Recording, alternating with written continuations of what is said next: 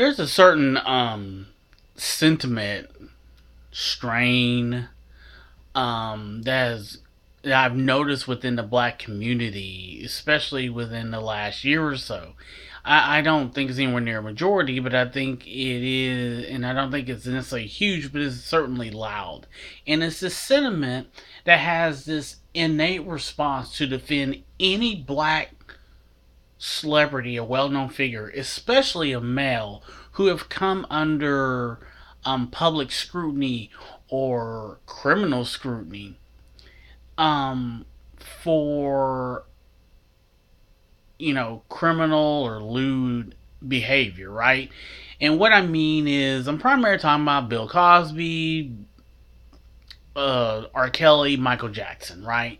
And there's also this innate response to lay this all off on white supremacy and racism and not necessarily hold these people accountable for what they have done. And there's also this whataboutism. Well, yeah, I mean, yeah, well, either the defense says, no, they didn't do it because it's white supremacy, has hashed a conspiracy against them, or it's, well, what about Elvis? What about Jerry Lee Lewis? What about Kevin Spacey? What about Charlie Sheen? What about Donald Trump?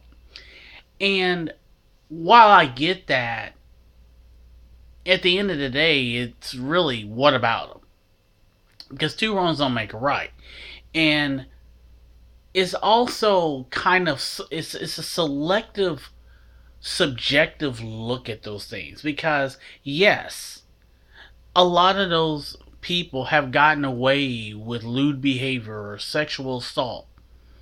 But there's a lot of the black people we're talking about have to also, for the most part, gotten away with it too, because they're rich and they have money. I mean, yes, Bill Cosby finally got caught and put in prison, but Bill Cosby been doing this shit for 40 years. R. Kelly got away with this in 2007, and I don't care if the evidence is obvious, but I'm not convinced he wouldn't get away with it again. Um, Michael Jackson is no longer with us, so he hasn't been brought to justice.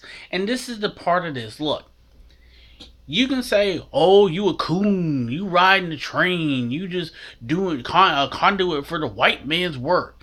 No, I'm a conduit for righteousness and justice. And what I mean by that is, look, if you cannot simply possibly think that R. Kelly's innocent. Did you watch a Gayle King interview? Have you watched any interview with this motherfucker over the last 12 or 13 years?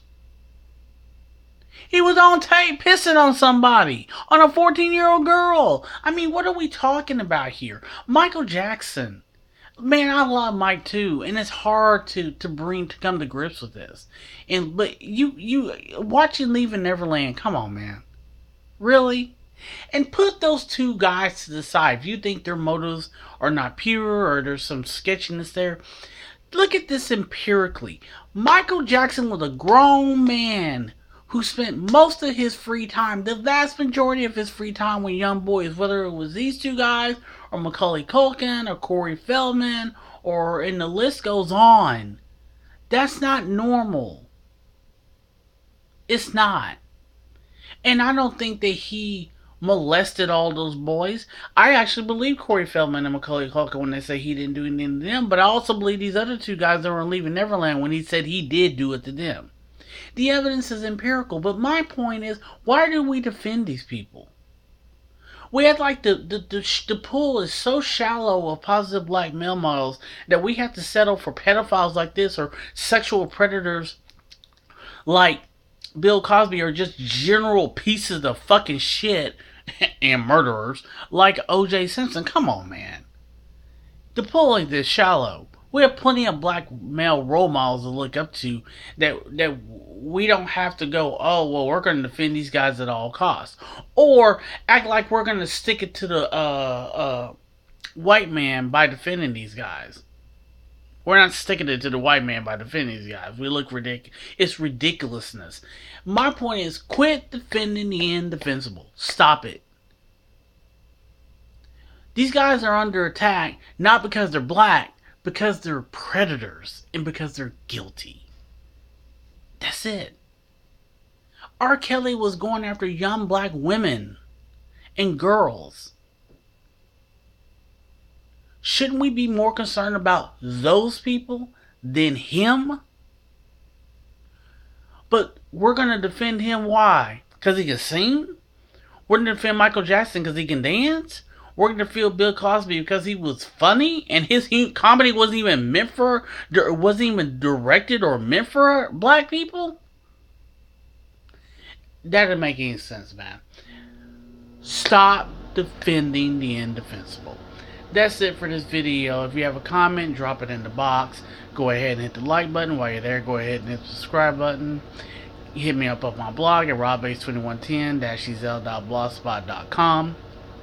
Visit me at Patreon at patreon.com/robbeasley. And remember, ignorance is a choice, so be informed, be aware, knowledge is power, and facts do matter. And until next time, see ya.